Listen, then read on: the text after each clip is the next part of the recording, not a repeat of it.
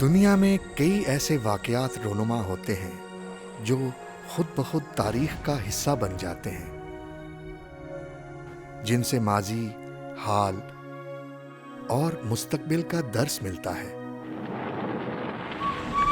ایسے ہی واقعات میں ایک تقسیم ہند میں مسلمانوں کی ہجرت ہے۔ صدیوں تک ساتھ رہنے اور ایک دوسرے کی خوشی غم میں شرکت کرنے والے پلک جھپکتے ہی جان کے دشمن بن گئے۔ تقسیم ہند داستانوں کی ایسی کتاب ہے جس کا ہر صفحہ خون کے آنسو رلاتا ہے۔ گھر چھٹے، جائیدادیں لٹیں، بیٹیاں کنویں میں ڈوب مری، تو کہیں باپ اولاد کو بچاتے بچاتے دم توڑ گیا۔ لٹے پٹے قافلے، بچھڑنے والے پیاروں کو ڈھونڈتی آنکھیں، انتظار، امید اور وسوسوں کے ساتھ نئی زندگی کی ابتدا۔ ہجرت سے جڑی انہی کہانیوں میں سے ایک کہانی ماشاء اللہ خان صاحب کی بھی ہے، جو امبالہ سے ہجرت کر کے لاہور پہنچے۔ میرا نام ماشاء اللہ خان ہے، بلدیت میری سردار خان ہے۔ ہم سابقہ شاہباز ضلع کرنال امبالہ ڈویژن کے رہنے والے ہیں۔ وہاں میرے دادا کاشتکاری کرتے تھے، ہماری اپنی زمین تھی۔ میرے والد صاحب پولیس میں ملازم تھے۔ ہم شجرے کے اعتبار سے شیروانی ہیں، اور شیروانی اس لیے کہلواتے ہیں کہ شہاب الدین محمد غوری نے جب دہلی فتح کیا، اس وقت اس کی فوج کا سپہ سالار عمر خان شیروانی تھا۔ تو چونکہ پہلے فوج میں بال بچے ساتھ ہوتے تھے، عمر خان نے اس شہباز کی جگہ اپنے بال بچوں کے ٹینٹ لگائے، وہاں رہائش اختیار کی۔ تو وہاں کی آب و ہوا اور پانی اسے بڑا راس آیا۔ دہلی فتح ہونے کے بعد عمر خان شیروانی نے شہاب الدین غوری کو کہا کہ بادشاہ اللہ نے دہلی فتح کرا دیا ہے، مجھے یہاں شہباز کی آب و ہوا اور پانی بڑا راس آیا، اگر آپ مہربانی کریں ہمیں یہاں رہنے کی اجازت دے دیں۔ تو چونکہ دہلی فتح ہونے کی وجہ سے بادشاہ ترنگ پہ تھا، اس نے عمر خان شیروانی کو وہاں رہنے کی اجازت دے دی۔ وہاں سے پھر یہ شیروانی نسل مختلف جگہ پھیلے۔ جب ہندو اور سکھوں کے ظلم و ستم وہاں شروع ہوئے اور مسلمانوں کو ذبح کرنا شروع کر دیا انہوں نے، تو میرے ماموں حقیقی گوجروں والے تھے، وہ ویٹرنری ڈپارٹمنٹ میں ہیڈ کلرک تھے۔ اس وقت میری عمر 13-14 سال کی تھی، میں 9ویں جماعت میں پڑھتا تھا۔ اس وقت تعلیم کا معیار بہت اعلیٰ تھا، اور اسکول کے اساتذہ اعلیٰ درجے کے تھے، ویسے اساتذہ یہاں نہیں ہیں۔ تو جس کیفیت میں ہم یہاں آئے وہ بڑی ناگفتہ بے ہے۔ لاہور آ کر کے سکون ہوا۔ شہباز کے ارد گرد کی مسلمانوں کی آبادییں جب ہندو اور سکھوں کے یہ ظلم و ستم ہوئے شروع، تو وہ شہباز میں کیمپ بنایا ہوا تھا، وہاں آ کر کے مقیم ہو گئے۔ وہاں سے پھر بیل گاڑیوں کی صورت میں پیدل جی ٹی روڈ کے ذریعے، کیونکہ جی ٹی روڈ ہے کلکتہ سے بمبئی تک، پشاور سے بمبئی تک۔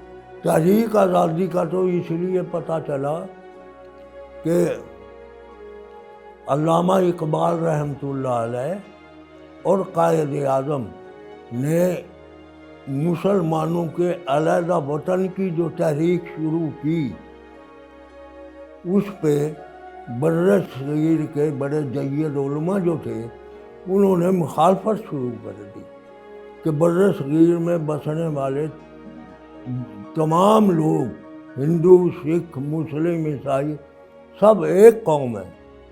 تو علامہ اقبال رحمۃ اللہ علیہ نے اس پر ایک ربائی لکھی، عجم ہنوز نہ داند رموز دین ورنہ، دیوبند حسین احمدی کے بولا دویس، سرود بر سر منبر کے ملت از وطن است کہ بے خبر ز نام محمد عربیس۔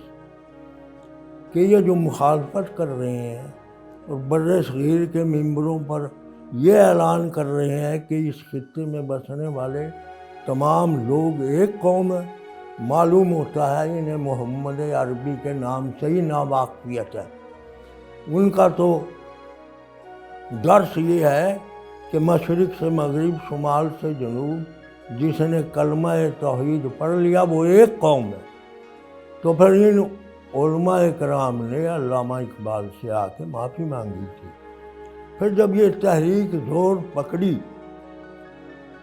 اور لارڈ ماؤنٹ بیٹن اس وقت وائسرائے تھا، قائد اعظم سے مجبور ہو کر کے پھر بر صغیر کی تقسیم پر دستخط ہوئے۔ جو مسلمانوں کی زیادہ آبادی والے علاقے تھے وہ ایک طرف، جو ہندوؤں کی زیادہ آبادی والے لوگ تھے وہ ایک طرف، اور یہ تقسیم دہلی سے یہ امرتسر تک ہوئی۔ اسے ایگریوڈ ایریا کہتے ہیں۔ یہی ظلم و ستم ہوا۔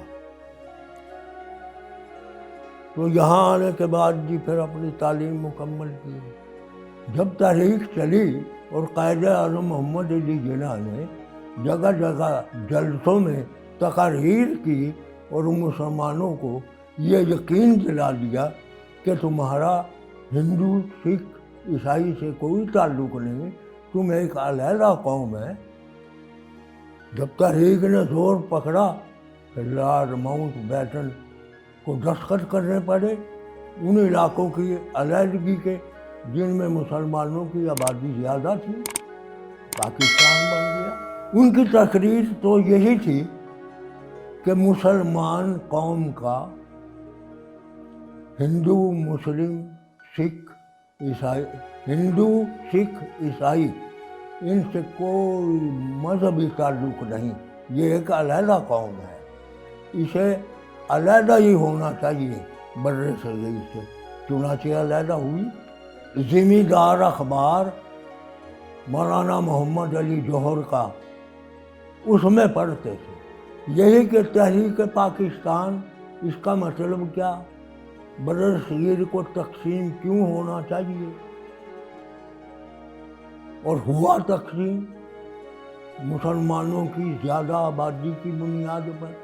وہ علاقے الگ ہو گئے، ہندوؤں کے، عیسائیوں کے، سکھوں کے الگ ہو گئے۔ نعرے سارے مسلمان لگاتے تھے، نعرہ یہی ہوتا تھا پاکستان بنائیں گے، سینے پہ گولی کھائیں گے، پاکستان بنائیں گے، سینے پہ گولی کھائیں گے، بن کے رہے گا پاکستان، لے کے رہیں گے پاکستان، قائد اعظم زندہ باد، قائد اعظم زندہ باد، یہ نعرہ تھا۔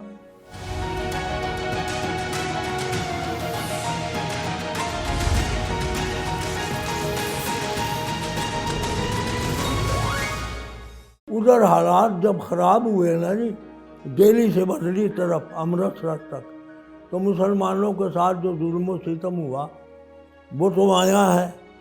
سڑک کے دونوں طرف، ریلوے لائن کے دونوں طرف لاشیں کٹی پڑی تھی۔ اس عالم میں ہم لوگ یہاں پاکستان داخل ہوئے۔ ہمارے ایک بزرگ تھے چادر والی سرکار، ان کا مزار ہے یہاں حسن پروانے، بڑے پائے کے بزرگ ولی تھے، یہاں حسن پروانے ان کا مزار ہے۔ انہوں نے کچھ کنکریاں پڑھ کے دی تھی کہ یہ جب خطرہ ہو دشمن کا، ہندو سکھوں کا، کہ حملہ آور ہوں گے تو ان کی طرف پھینک دینا، انشاءاللہ محفوظ رہو گے۔ تو چنانچہ ایسا ہی ہوا۔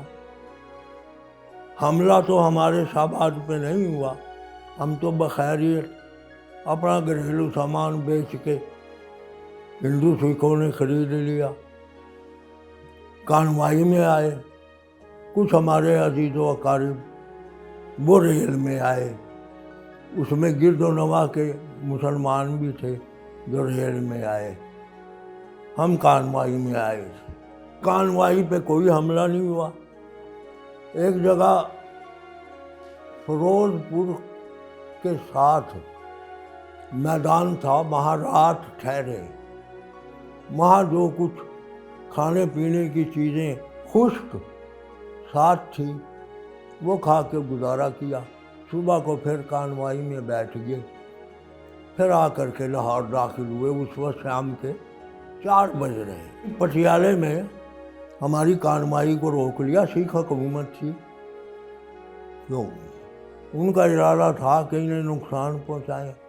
ہمارے ایک عزیز تھے ادریس خان، وہ سیکرٹری تھے، وہ ساتھ تھے کانوائی کے، کیونکہ ان کا کنبہ بھی ساتھ تھا کانوائی میں۔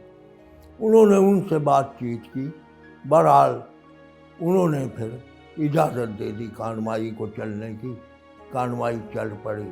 تو ہم اس صورت میں لاہور داخل ہوئے۔ راستے میں لاشیں دیکھی، مرد عورتوں اور بچوں کی کٹی ہوئی، جو ہندو سکھوں نے کاٹی، اور ریلوے لائن کے دونوں طرف۔ واللہ عالم کتنے لاکھ مسلمان ذبح ہوئے، یہ آنکھوں سے دیکھا۔ انتہا درجے کا ظلم ہے۔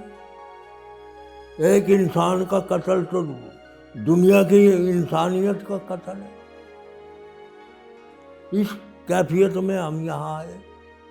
میرے والد صاحب چونکہ پولیس میں ملازم تھے، لاہور آئی جی سے انہیں ملتان کے آرڈر ہو گیا، ہم ملتان آ گئے، کچھ عزیز و اقارب میلسی چلے گئے۔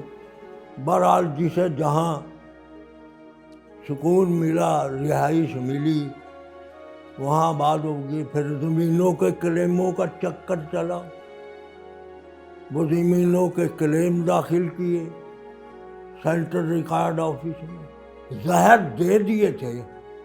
ہمارے شہباز میں تو مردوں نے عورتوں کو زہر دے دیے تھے کہ اگر ایسی کوئی کیفیت صورت پیش آئی تو زہر کھا کے کنویں میں چھلانگ لگا دینا۔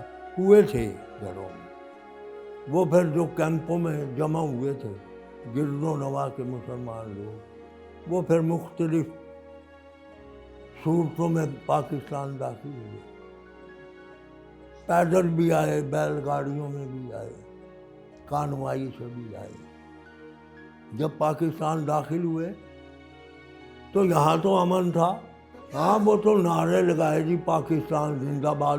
امن جو آ گیا اس میں پاکستان میں داخل ہو گئے، امن میں ہو گئے۔ پھر لاہور میں مختلف جگہ پہ رہائش اختیار کی۔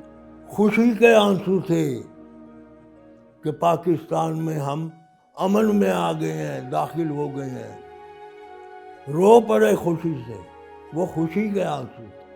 پھر لاہور میں مختلف بلڈنگوں میں، مختلف محلوں میں آ کے رہائش اختیار کی۔ پھر جسے جہاں جہاں جگہ ملی وہاں چلے گئے۔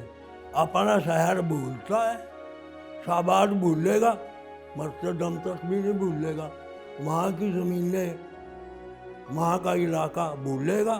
بھولنے والا ہے وہ تو مرتے دم تک یاد رہے گا، ذہن میں پیوست ہے۔ دل کرتا ہے پر اب جائے کس کے یہاں۔ میرے کئی عزیز گئے تھے، وہاں سکھوں نے بڑا استقبال کیا، خاطر تبادل کی، وہ ایک 2 دن رہ کر چلے آئے تھے۔ بس اب دل کیا بھرنا، یہاں آ کر کے اولاد جوان ہو گئی، اولاد کے آگے اولاد ہو گئی، اس کے آگے اولاد ہو گئی،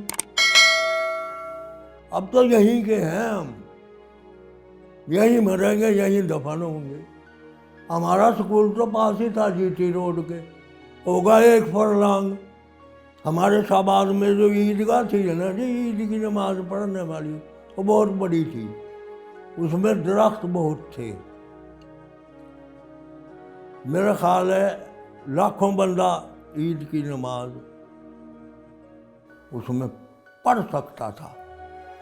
4 نیم کے درخت آپس میں ایسے کھڑے تھے، ان پہ کھیلا کرتے تھے، ان کے درمیان جو خالی جگہ تھی اس میں وہ ڈنڈا ٹانگ کے نیچے کو دور پھینکتے تھے، پھر جس کی باری ہوتی تھی وہ اٹھانے جاتا تھا، نیموں پہ چڑھ جاتے تھے، وہ آ کے ڈنڈا رکھ دیتا تھا اور ڈنڈے کی نگرانی کرتا تھا۔ اس کی جہاں آنکھ ہو جل ہوئی، کسی ایک نے چھلانگ لگا کر کے اور ڈنڈا چوم لیا، وہ پھر ٹانگ کے نیچے کو پھینکا، وہ پھر بھاگا ہوا ڈنڈا اٹھانے گیا۔ یہ کھیل ایکٹیو کھیل تھا۔ ایک کبڈی تھی، وہ تو آپ نے اب بھی دیکھی ٹی وی پہ، تو کبڈی ہم آپس میں کھیلا کرتے تھے، بس آپس میں گفت و شنید ہوتی تھی کہ پاکستان کا بننا بہتر ہے بھائی، اب مسلمانوں کا استحصال ہے یہاں، ہندو، سکھ اور عیسائی یہ مسلمانوں کو اچھا نہیں سمجھتے، ہمارا اب الگ ہی وطن ہونا چاہیے۔ چنانچہ ہوا نہیں، راستے میں تو بس ایک جگہ فیروز پور کے پاس میدان میں ٹھہرے تھے، جن کے پاس کھانے پینے کے لیے سکا راشن تھا، انہوں نے وہاں رات گزاری کھا کر کے صبح کو پھر کانوائی میں بیٹھ گئے، چلے شام کو 4 بجے لاہور داخل ہو گئے۔ ہاں، جو پیدل قافلے آئے نا جی، ایک تو اتنا لمبا سفر لاہور تک، جن عورتوں کی گود میں بچے تھے وہ اس قدر تنگ آ گئی تھی بچوں سے چل چل کے کہ دریائے بیاس میں کئی خواتین نے اپنے بچے پھینکے۔ یہ عالم تھا۔ آج کل کی نوجوان نسل کے لیے یہ پیغام ہے کہ اپنی تعلیم کو زیادہ سے زیادہ حاصل کریں، وہ اس ملک کے لیے اور پاکستان کی اپنے تہہ دل سے خدمت کریں، اور اس سے بڑھ کے کیا سبق ہو سکا ہے نوجوانوں کے لیے۔ ہم لوگوں نے جو تعلیم حاصل کی اس کے 2 مقاصد تھے، ایک زیادہ سے زیادہ تعلیم حاصل کرنا اور ایک اپنے ملک کی تہہ دل سے دیانتداری سے خدمت کرنا۔ تو چنانچہ ہم نے دیانتداری سے ملک کی خدمت کی، اور جب تک زندہ ہیں کرتے رہیں گے، چاہے اپنے خیالات میں ہی کریں۔ نوجوان نسل کے لیے یہ پیغام ہے۔